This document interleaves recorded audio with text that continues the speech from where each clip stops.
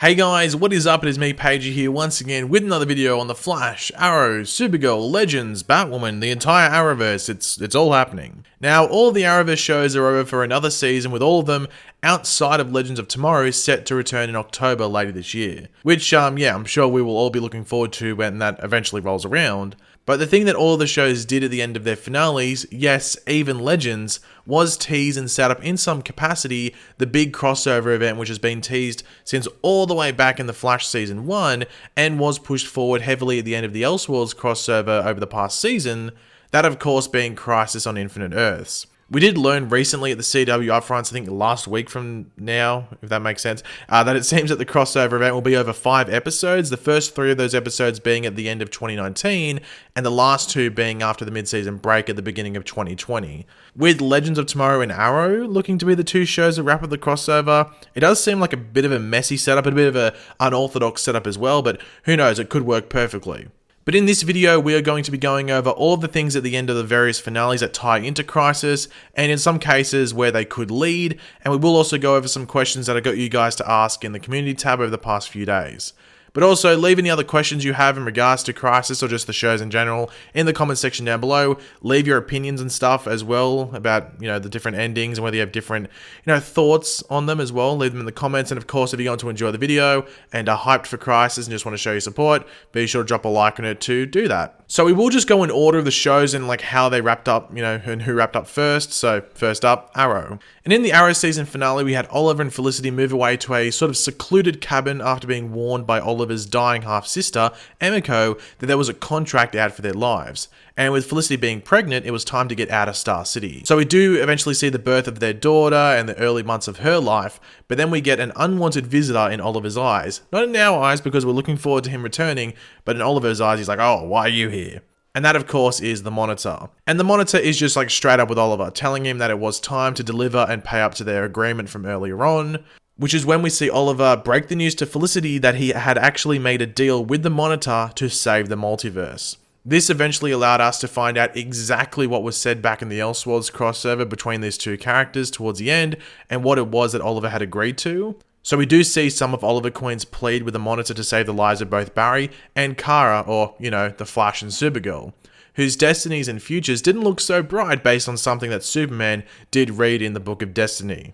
We learned that his original deal was to do whatever the multiverse required to survive the crisis that is looming, which we all knew what that was in reference to, but that was made much more specific during this meeting with the Monitor, with him telling Felicity that he had seen the future and Oliver will die. That was his destiny. We also see Felicity in 2049 eventually leave with the Monitor through one of his portals to a place where apparently Oliver is there and waiting for her, which we are currently assuming is the Paradise dimension from the comics, where another character from one of these other teasers might end up, residing as well post-crossover. But now let's move on to The Flash, or The Flash, however you want to pronounce it.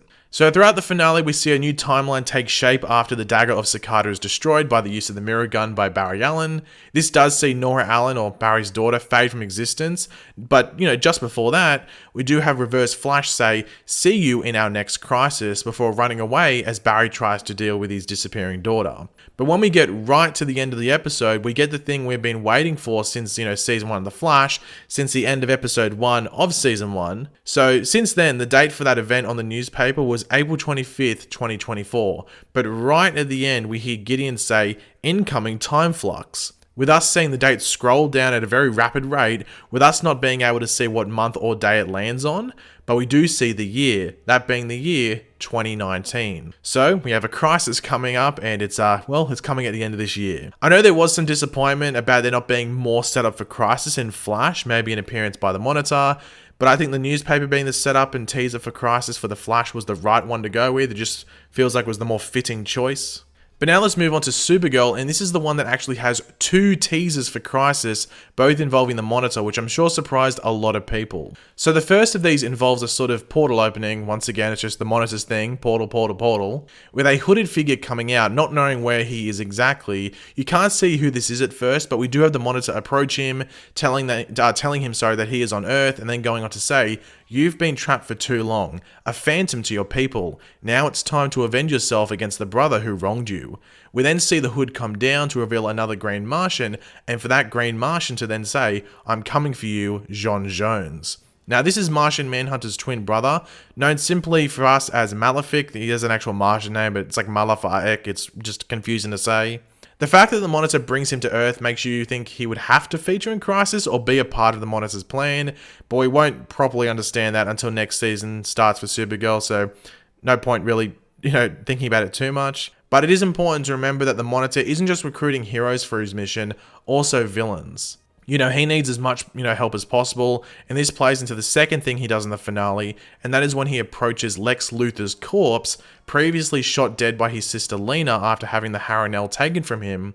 Now, all the Monitor does is approach him and start to do something with his hands, possibly reviving him on the spot, or maybe transporting him to a place where he can be revived, maybe the place where Oliver was and where, Felicity was going to as well. Lex Luthor does play a part in the Crisis story in the comics as a recruiter of sorts for the Monitor, so you would have to think something like that will also go down in the TV adaptation as well, but they're definitely setting it up, so I'm interested to see what they do with him come either next season of Supergirl or just specifically the Crisis event. And then finally, Legends of Tomorrow, which probably had the best Monitor appearance and cameo of them all, as we had the Legends putting on a sort of show in the newly formed Hayworld theme park in an attempt to fight the fear being created by Neron, who did that by showcasing the negativity of, magical creatures or monsters. But the Legends fought that with positivity. The show didn't turn out the greatest at first, with the Monitor appearing and just shaking his head in disappointment, just thinking to himself something like, wow, these are the people I'm meant to trust the fate of the multiverse with? Are you serious? Which I thought was quite funny, but then he sort of starts to enjoy it because the Legends are sort of getting embarrassed, and then we see him we don't see him we just see him chomping down on some popcorn, resting the popcorn on top of the Book of Destiny. Obviously, this was just meant to be a bit of a joke and a meme. I personally wasn't expecting to see a Crisis teaser on Legends, so this was, a funny and nice surprise. But that's all we have with the actual endings and teasers in regards to what we saw in the show, so let's move on to some questions from some of you guys and what you were wondering. So the first one comes from Brighton, who was asking, is Wally going to be in Crisis? Now, I'll give this as a bit of a general thought on past heroes. So Wally, I would expect him. My rule on Crisis is that this is a fight for the multiverse. The whole multiverse, every Earth is in jeopardy.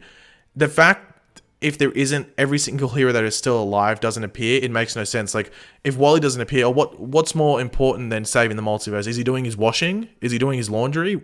Is he doing a test? What's more important than this? Wally, give us an excuse. So I would expect every past hero that is alive in the universe to appear. If they don't, then it doesn't really make sense. Obviously, it's hard, but why do this event if you can't, make it as good as you can and make it make sense? So I'd hope not only Wally, but basically every or most of the past heroes and even villains that we have alive in the Arrowverse do show up for this crossover. Exit 911 does ask if Black Lightning will be included in the crossover. They've constantly shot down Black Lightning being in the Arrowverse like the showrunners do. If he doesn't show up in Crisis, then he's never going to be in the Arrowverse. He'll never will.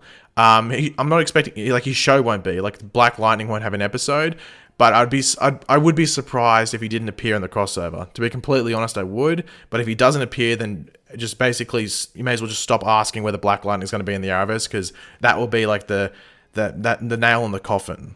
Shiny Golduck did ask, will Matt return as Eobard, and will the writers be bold enough to actually make Barry vanish? So in regards to Matt, he's talking about Matt Letcher, who plays the proper version of Eobard Thawne, if that makes sense, not the Tom Cavanaugh or Harrison Wells version. He should, based off the history of the show from what was set up before. But you got to remember the timelines changed, so they can make that because of the timeline change. It's actually the version of Wells that we had last season at the end of season 5 that had the dagger on him in prison. He could be the one that shows up in Crisis. Throughout the history of the show, the one that's actually at the 2024 Crisis is the one that gets stuck back after he kills Barry's mother and then has to, look like Harrison Wells. That's the one that was in the normal Crisis, but I guess because the timelines change and it's going to start in 2019, they could make it that Reverse Flash is never there and it's the Harrison Wells looking one. It's going to be confusing, but I think that's the way they're going to go, just because they can just use Tom Cavanaugh again. In regards to whether the writers will be bold enough to actually make Barry vanish, I think they will, but I think it might happen in like episode 3 or something, like the third episode of the five episode crisis. We might have Barry vanish. That could be maybe what happens, and then he returns at the end. That wouldn't surprise me at all. It wouldn't surprise me if maybe Flash and Supergirl both either die or vanish in the crossover, and then they reappear at the end. It would be a bit of a, a bit of a bait, if that makes sense, or a bit of a a bit of a troll, because they're gone, no, they're back. But it wouldn't surprise me if that happens in the middle of the crossover, and then maybe Oliver sacrificing himself again leads to them coming back, or maybe I don't know, it's gonna be confusing, but I think they will make Barry vanish at least, because they've been teasing it since season 1. Stormy Stom asked, will the main villain be the Anti-Monitor? Yes. And Dill Pickle asked, will Nora be mentioned at all in Crisis? And this is an interesting one. I actually think she's going to appear. I think we will get a version of Nora Allen, whether it's XS or she's another hero or something. I think she will appear in Crisis. I would not be surprised if we get another version of Nora appearing on The Flash regularly next season, or in some capacity. But yeah, it would not surprise me in the slightest if we get another version of Nora. So I would be expecting that going into the Crisis crossover and just the Flash in general next season. But thanks for watching, guys. Hopefully you enjoyed the video. If you did, it'd be awesome if you could drop a like on it to show support. Let me know in the comment section down below your various opinions and other questions you might have about Crisis or just the shows in general. And of course, if you are new to the channel, make sure to subscribe. And yeah, I'll catch you guys later. Can I speak English? Yeah, goodbye.